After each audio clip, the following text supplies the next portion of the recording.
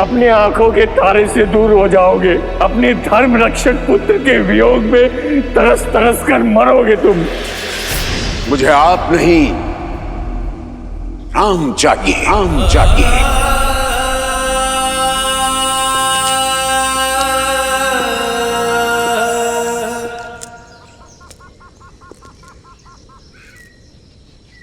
राम,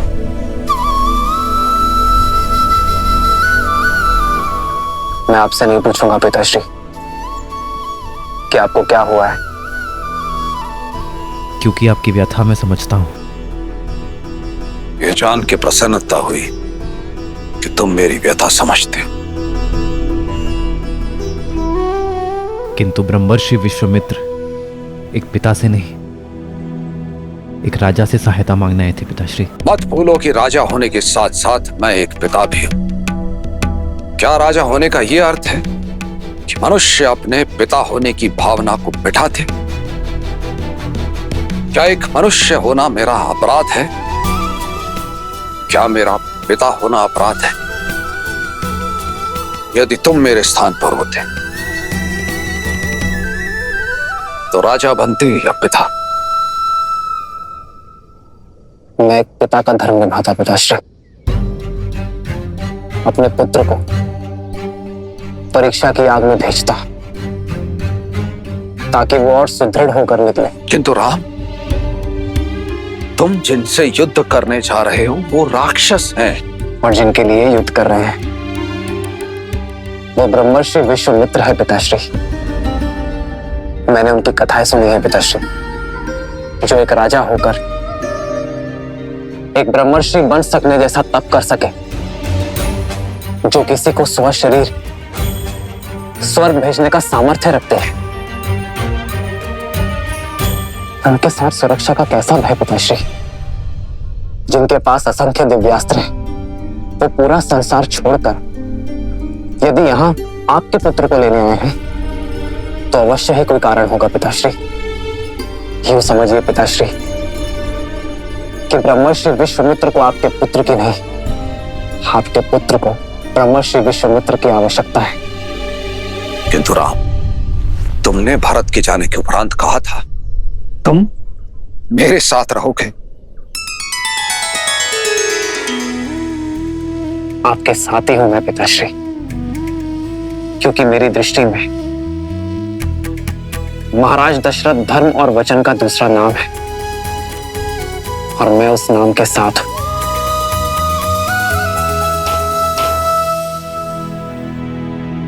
आप एक पुत्र क्यों चाहते थे पिताश्री? ताकि अयोध्या को उसका उत्तराधिकारी दे सकूं, अपने पूर्वजों को तर्पण अर्पित करने वाला दे सकूं। तो यदि आज आपने मुझे ब्रह्मर्षि विश्वामित्र के साथ जाने से रोका, रघुकुल का वचन तोड़ा, तो क्या मैं अयोध्या का राज्य संभालने योग्य कहलाऊंगा पिताश्री? अपने पूर्वजों का मान घटाने के बाद, संसार में उनकी श्रद्धा घटने के बाद,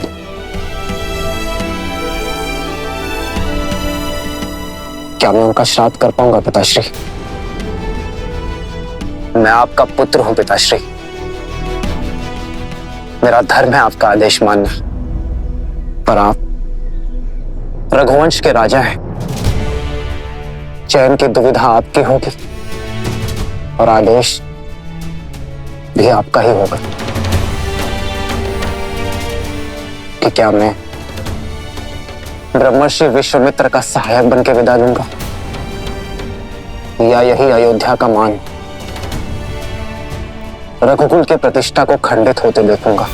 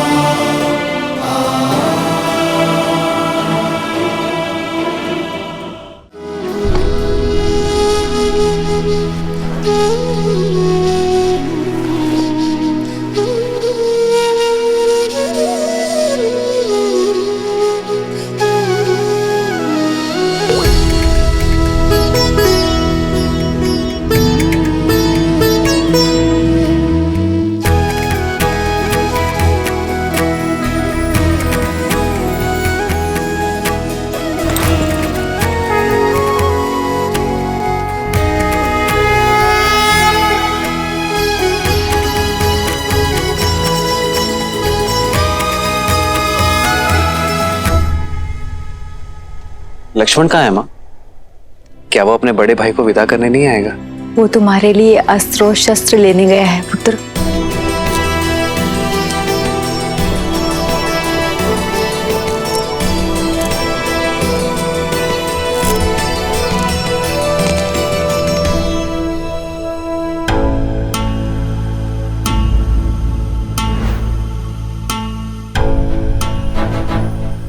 ये क्या है लक्ष्मण? ये दो धनुष? अब दो योद्धा एक धनुष से कैसे लड़ेंगे भैया? दो? केवल मैं जा रहा हूं लक्ष्मण। क्यों भैया? आप पिताश्री के वचन का मान रखें और मैं अपनी माता सुमित्रा के उस वचन को भंग कर दूं कि मैं सदा आपकी परछाई बनकर रहूंगा।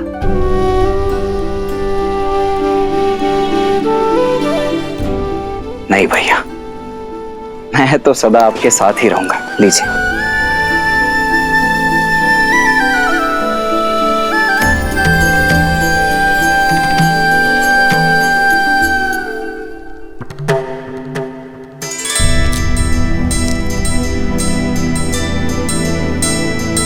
क्षमा करें गुरुदेव, मुझे ज्ञात है कि आपने पिताश्री से केवल भैया राम को ही मांगा है, किंतु मैं सबको बता दूं कि मेरे भैया राम और मैं, उनका अनुज लक्ष्मण एक दूसरे से भिन्न नहीं है।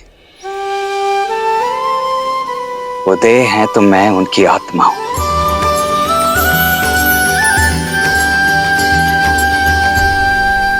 उद्दंडता के लिए क्षमा चाहता हूं, किंतु आत्मा के बिना देह आपके किसी काम की नहीं।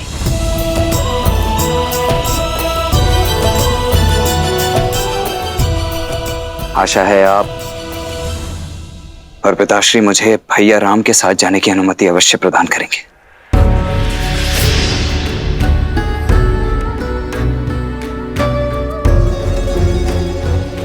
देखकर ही प्रतीत होता है कि लक्ष्मण अपने बड़े भैया का कवच है।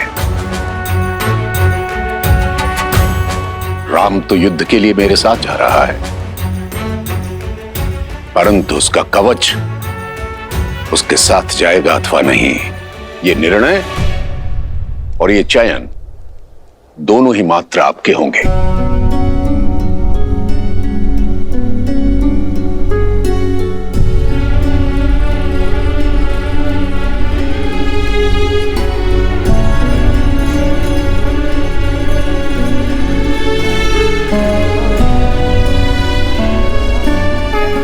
ऋषि,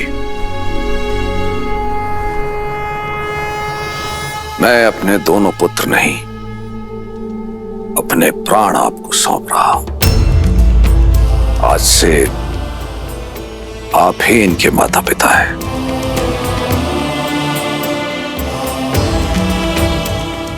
महाराज, आप अपने नेत्र मुझे दे रहे हैं। ये नेत्र अब जो मार्ग प्रशस्त करेंगे वो मात्र इनके लिए नहीं, अपितु सारे संसार का दृष्टिकोण बदल देगा।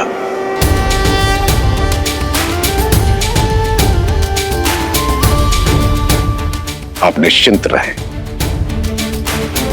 आपके दोनों बेटे मेरे साथ सुरक्षित रहेंगे।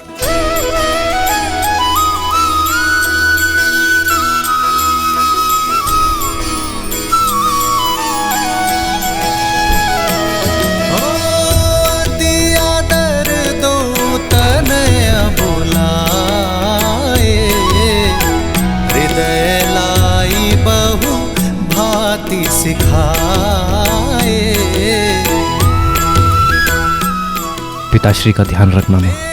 प्राणनाथ सुत दो, तुम मुनि पिता आन नहीं को।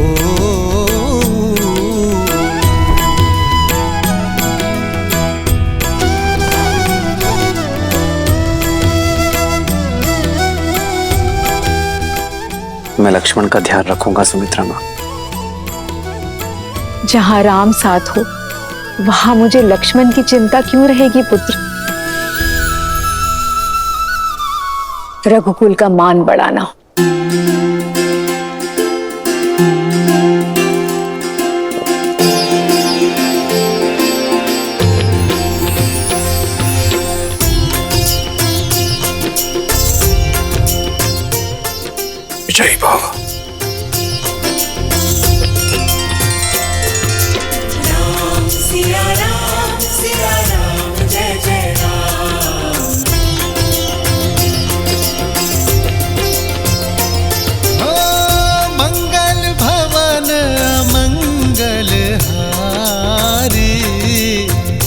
कबहु सुदशरथ अजर बिहार। अपना ध्यान रखना पिताश्री।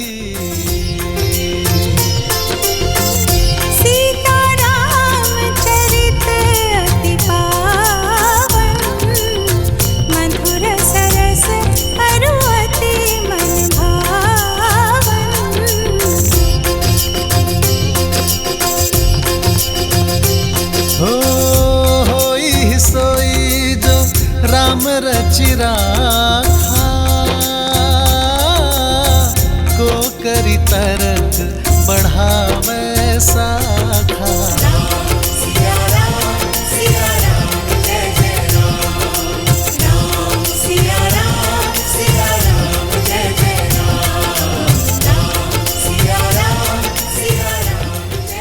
राम, मैं तुम्हारी प्रतीक्षा करूंगा पुत्र। लौट के आना। हो रघुकुल रीत सदा चली आई,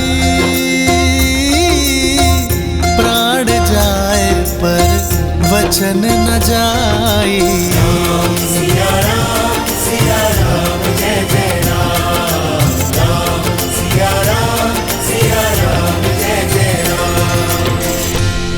नानाश्री और मामाश्री को उनके ज्येष्ठ भांजे का प्रणाम कहना भरत। आपसे दूर होने पर मेरा मन टूट रहा है भैया। भरत,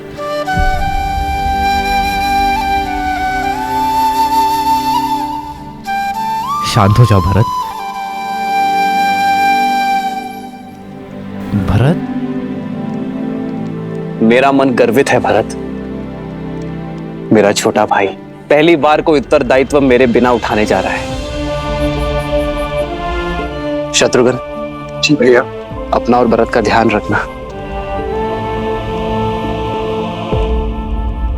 प्रस्थान करो भरत।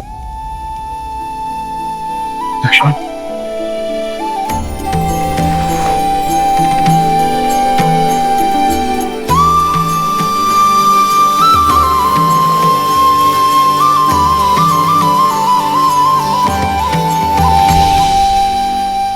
प्रस्थान करो।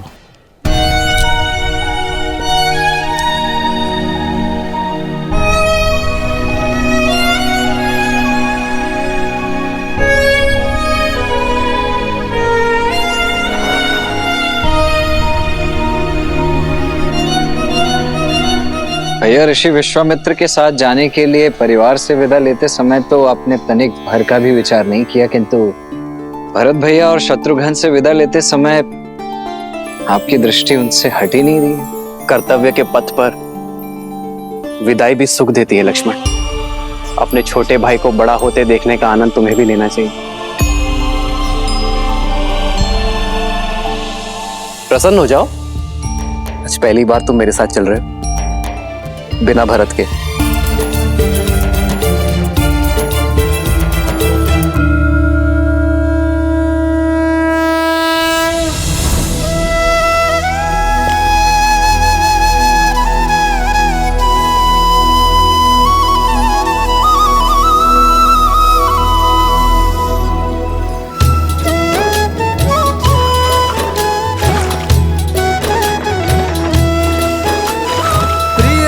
से दूर होना भारी मन का द्वंद, पर बिछड़ न कर्तव्य के लिए एक वीर का आनंद।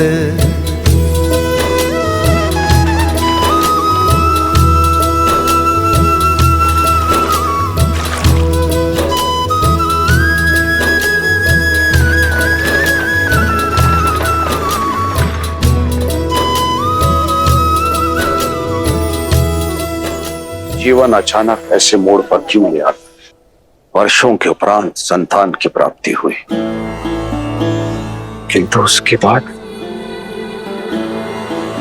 8 लंबे वर्षों तक मेरे पुत्र शिक्षा प्राप्ति हेतु मुझसे दूर जाए, लौट के आए,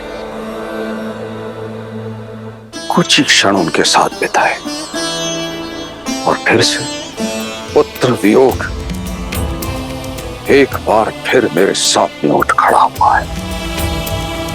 भाई लग रहा है अक्षर कहीं श्रवण कुमार के पिता का श्राप अपने लक्ष्य की ओर तो नहीं बढ़ रहा। समस्या ये नहीं कि तुम्हारी मृत्यु श्राप से होगी, समस्या ये है कि तुम हर क्षण श्राप में जी रहे हो। क्यों भूल जाते हो कि मृत्यु तुम्हारे हाथों में नहीं है, तुम्हारे हाथों में है जीवन। तो जितना समय है अपने पुत्रों के साथ बिताओ और जियो, ताकि अपने पुत्रों के साथ समय ना बिताने का खेद ना रह जाए। जीवन कब समाप्त होगा इस डर से जीना छोड़ नहीं देते हैं पुत्र।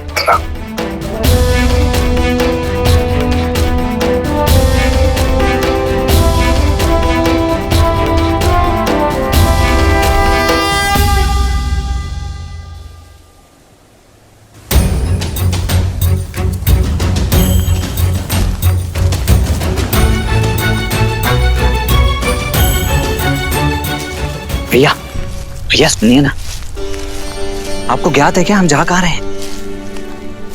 तुम स्वयं पूछ लो उनसे। मैं नहीं, ठीक है।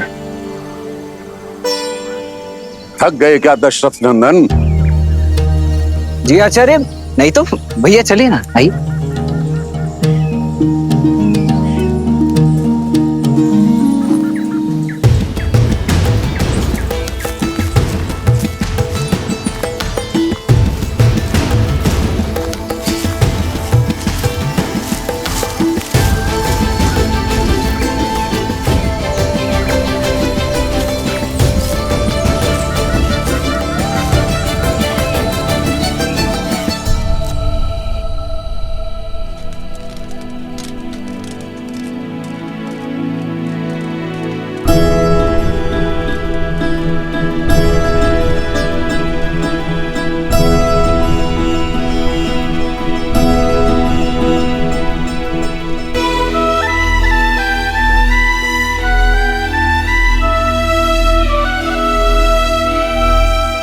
भैया पूरे दिन भर तो हम चलते रहते हैं और रात्रि को पहरा देने के लिए जागते रहते हैं। ना भोजन है ना जल है। ये गुरुदेव हमसे चाहते क्या है? कोई कारण अवश्य होगा लक्ष्मण। यदि कार्य सरल होता तो गुरुवर इतनी दूर चलकर अयोध्या नहीं आते।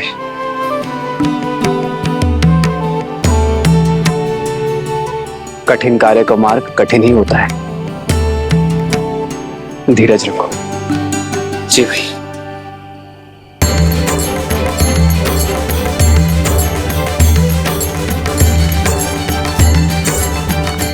गुरुदेव,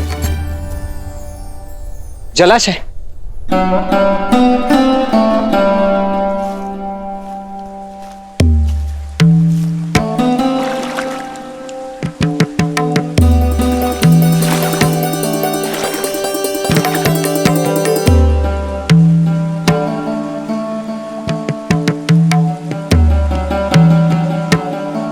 जल पीने योग्य है।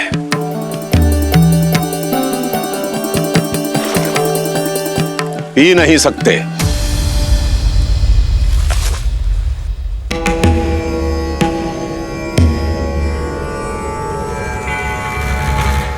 क्षमा कीजिए गुरुदेव, किंतु कारण क्या ये कोई परीक्षा है?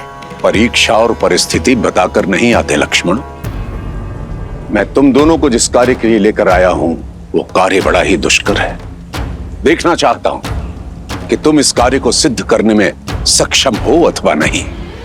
असुरों के साथ युद्ध कई दिनों तक चल सकता है। यदि भूखे प्यासे रहकर उनसे लड़ने में सक्षम नहीं हो तो जल पियो और लौट जाओ।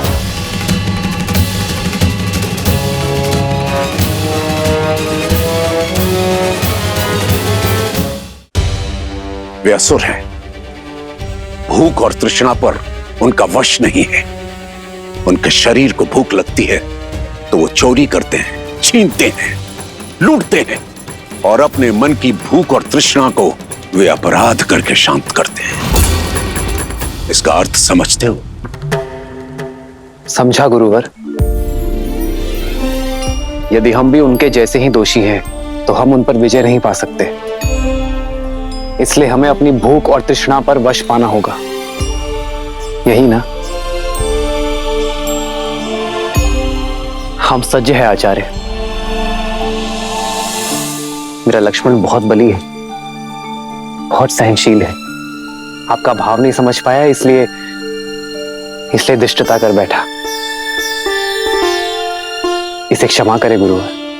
जी गुरुदेव, मैं आपको आश्वासन देता हूं कि मैं भूख और प्यास दोनों सहन करने के लिए सज्ज हूं। शरीर की भूख को शारीरिक बल और परिश्रम से शांत किया जा सकता है लक्ष्मण, परंतु मन की तृष्णा को मिटाने के लिए मन में करुणा जागृत करनी होती है। अपनी इंद्रियों को वश में रखना पड़ता है। कर पाओगे?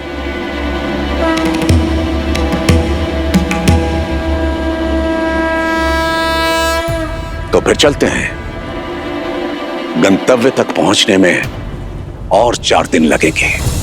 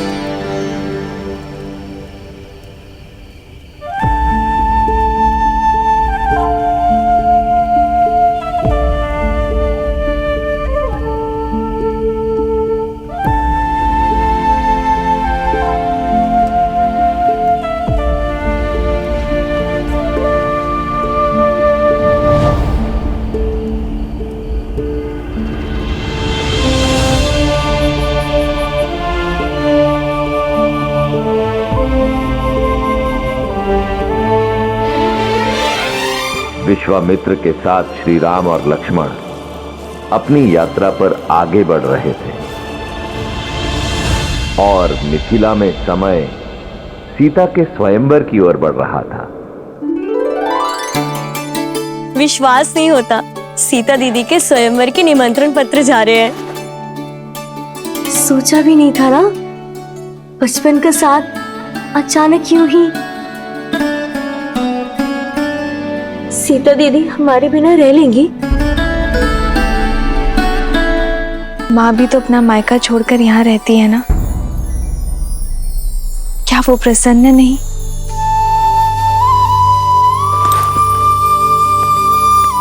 सीता दीदी चौपड़ खेले इस समय? जितना समय यहाँ पर हो खेल लो ना दीदी। जब ससुराल चले जाओगी तो हम 3 कैसे खेलेंगे?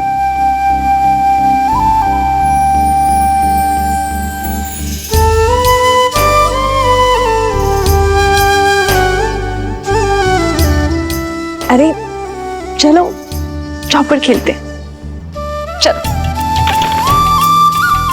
तुम इतना क्यों हंस रही हो? क्योंकि सीता दीदी कहीं नहीं जाने वाली। अब ज्येष्ठ पिताश्री ने नियम ही कुछ ऐसे रखे हैं। जिस शिव धनुष को सैकड़ों लोग मिलके केवल हिला पाते हैं, उसे कौन तो उठाएगा और कौन प्रत्यंचा चढ़ाएगा? तर्क तो उचित है, पर फिर सीता दीदी ने कैसे उठा लिया था? हाँ दीदी, बताओ ना, जब आपने शिव धनुष उठाया था तो क्या था आपके मन में? नहीं जानती, बस इतना स्मरण है कि मेरे मन में ना तो कोई भय था और ना कोई भार। केवल महादेव से प्रार्थना थी कि हमारी गेंद वापस लौटा दे। और महादेव तो भोलेनाथ है ना, यदि मन में आभार हो तो महादेव दुलार देंगे ही। हाँ, और वो वर भी देंगे जो उनका धनुष उठा के आपको ब्याह ले जाएगा।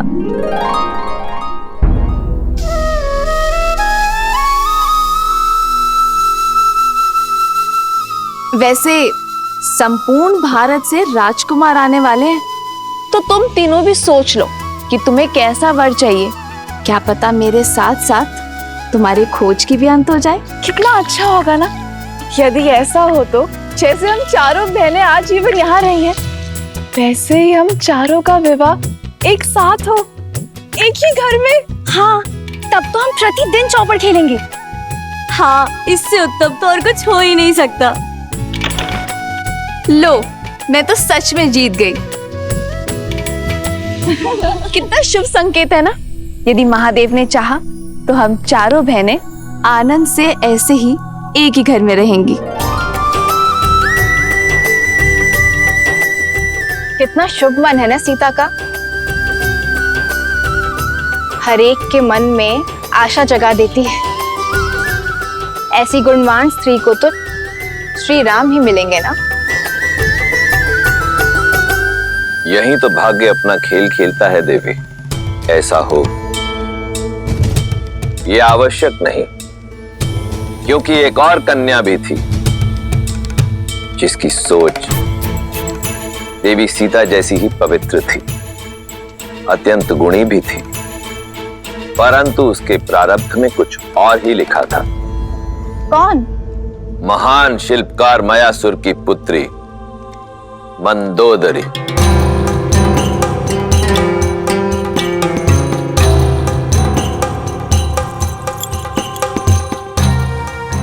मयासुर ने अनेकों दिव्यास्त्रों का निर्माण किया था और फिर उन्होंने एक अत्यंत शक्तिशाली भाला बनाया।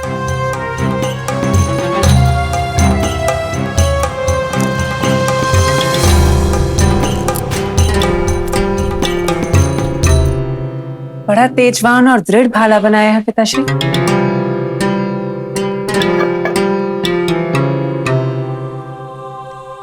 किसी विशेष के लिए बनाया है? हाँ पुत्री, ये संसार का सबसे शक्तिशाली भाला है, जिसका प्रहार इंद्र के वज्र को भी काट सकता है।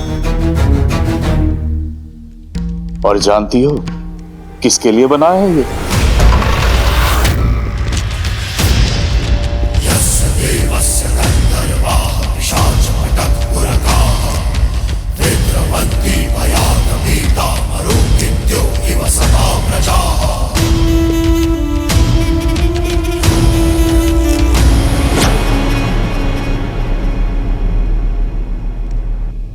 तुम, मैं, लंकेश, दशानन, रावण। मायासुर, सुना है कि तुम्हारे पास कुछ ऐसा है जो केवल मेरे योग्य है, तो लेने चलाया अद्भुत अस्त्र। ये अस्त्र मैं तुम्हें नहीं दे सकता दशानन। दशानन ये भाला लेने नहीं आए हैं पिताजी।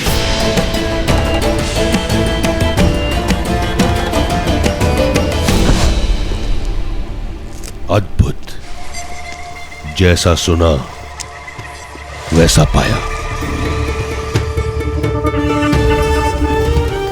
आंखों में तेज, वाणी में दृढ़ता, रूप में ज्वाला, और बुद्धि में पैनापन।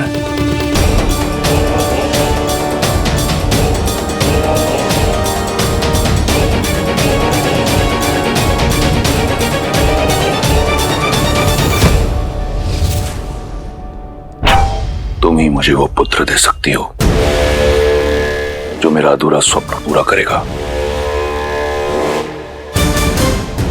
इंद्रासन पाने का।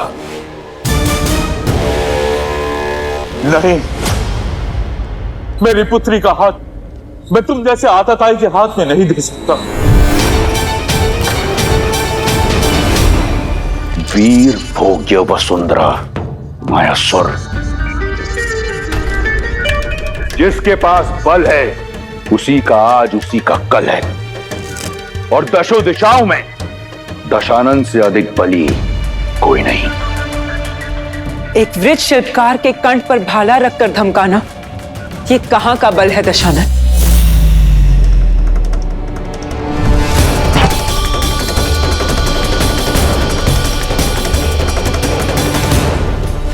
भय नहीं लगता तुम्हें रावण के समक्ष ये सुर साधते हुए?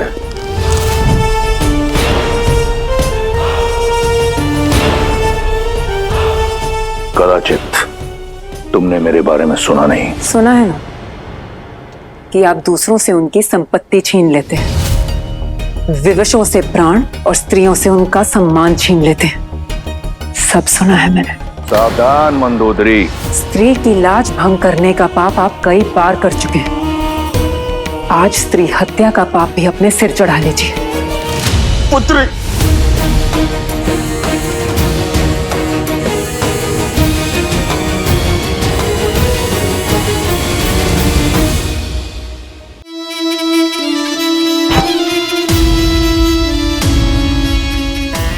प्राण नहीं लूंगा तुम्हारे। सुंदर स्त्रियों के प्राण नहीं लेते, उनके लिए प्राण न्यौछावर किए जाते हैं। मायासुर, तुम्हारी पुत्री मेरी हुई, और ये भाला मैं भेंट स्वरूप स्वीकार करता हूं। शस्त्र छीना जा सकता है दशानन, पर साथ मांगा जाता है। समान नहीं हूं मैं, सम्मान से एक सज्जन बनकर मेरे पिताश्री से मेरा हाथ मांगिए।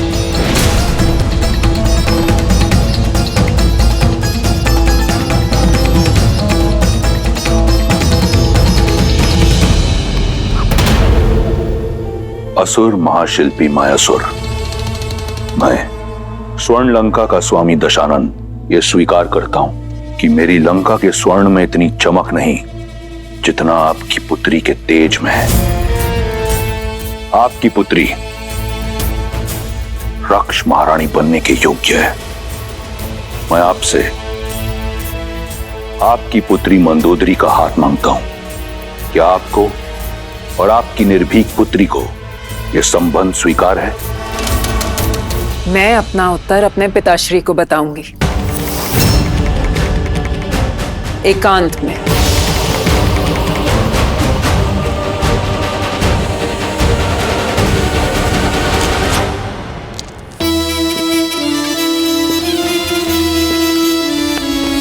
पिताश्री, पिताश्री, उठे, उठे।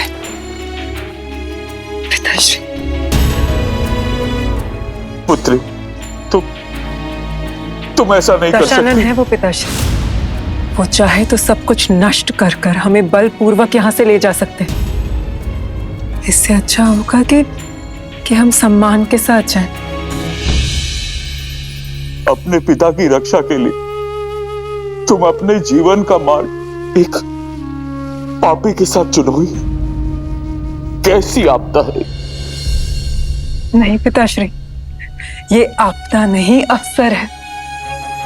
किसी को कीचड़ से निकालने के लिए उसका हाथ थामना पड़ता है। असुरों का सुर साधने के लिए ये त्याग मुझे करना होगा। रावण को मार्ग पर लाना असंभव है। जानती हूं, मैं वर्तमान तो बदल नहीं सकती पिताश्री, पर भविष्य तो संवार सकती हूं। दशानन की संतान को असुरों की आने वाली पीढ़ी को मार्ग तो दिखा सकती हूँ। असुरों की आने वाली पीढ़ी धर्म पर चले, इतना प्रयास कर सकती हूँ पिताश्री। मुझे आज्ञा दीजिए पिताश्री।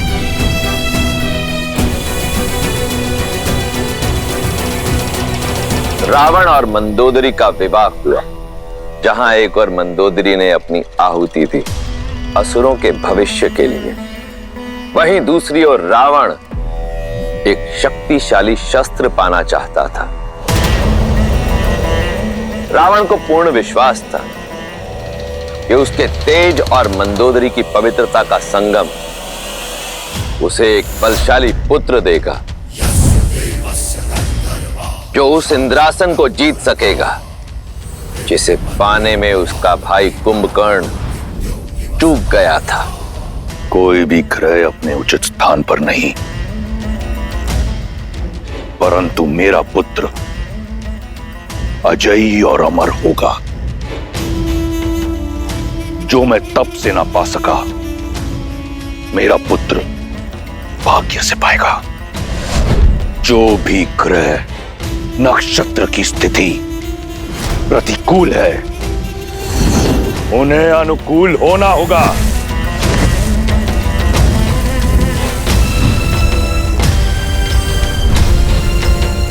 यही है लंकेश का आदेश। सूर्यदेव पहला घर, चंद्रदेव दूसरा घर,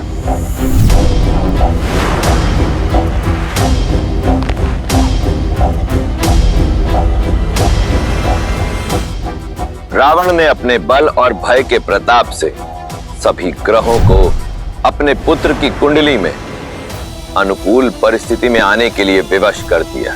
शनिदेव सातवां घर,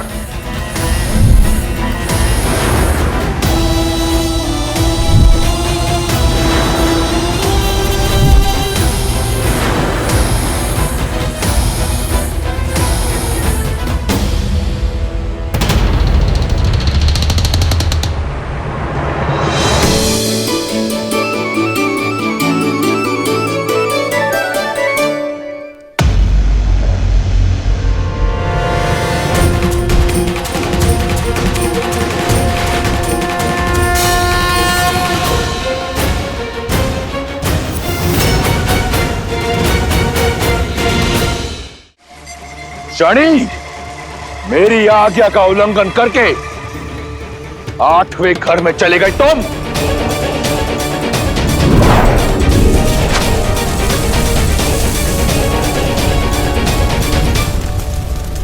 तुम अपने बल से, अपनी हट से नियति के लेख को नहीं बदल सकते रावण।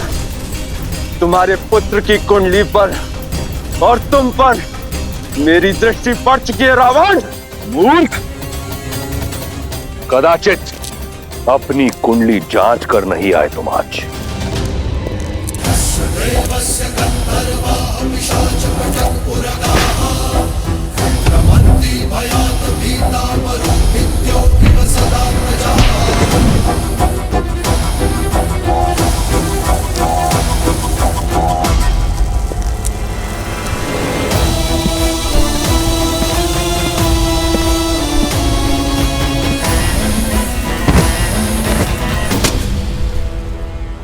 आज से तुम यही मेरे चरणों में रहोगे, जहां सदैव तुम्हारी दृष्टि नीची रहेगी, ताकि दृष्टि उठाकर ना तुम लंका देख सको और ना लंकापति का पुत्र।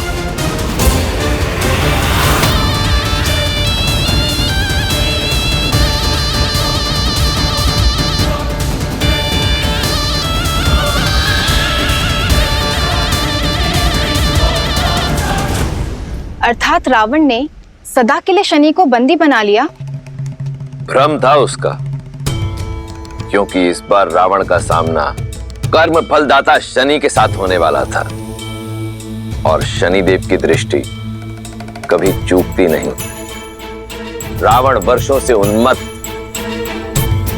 कि शनि की दृष्टि लंका पर नहीं पड़ी, परंतु वो ये भूल गया कि स्वयं रावण पर तो उनकी दृष्टि पड़ ही चुकी थी और अब श्री राम के रूप में स्वयं काल रावण तक आने की यात्रा का प्रथम चरण आरंभ करने वाला था।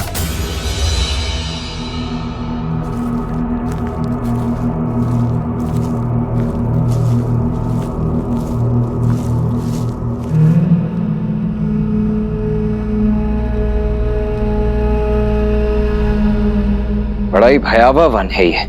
यहाँ का वातावरण ही बता रहा है कि अवश्य ही राक्षसों का गढ़ होगा ये। राक्षसों का नहीं लक्ष्मण, राक्षसी का।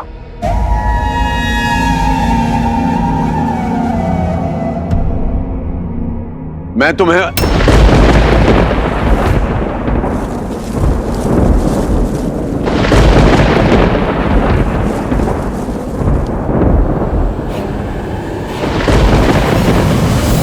भैया,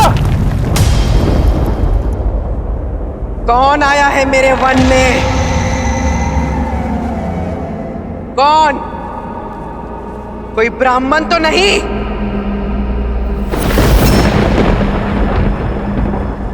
ब्राह्मण? मैंने चेतावनी दी थी कि मेरे वन में ऋषियों का आना मना है।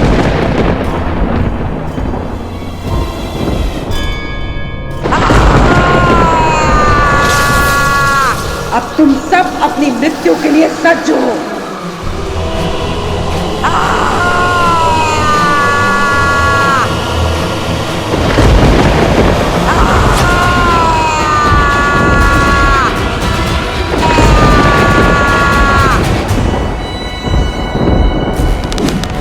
भैया, प्रहार की आज्ञा दीजिए।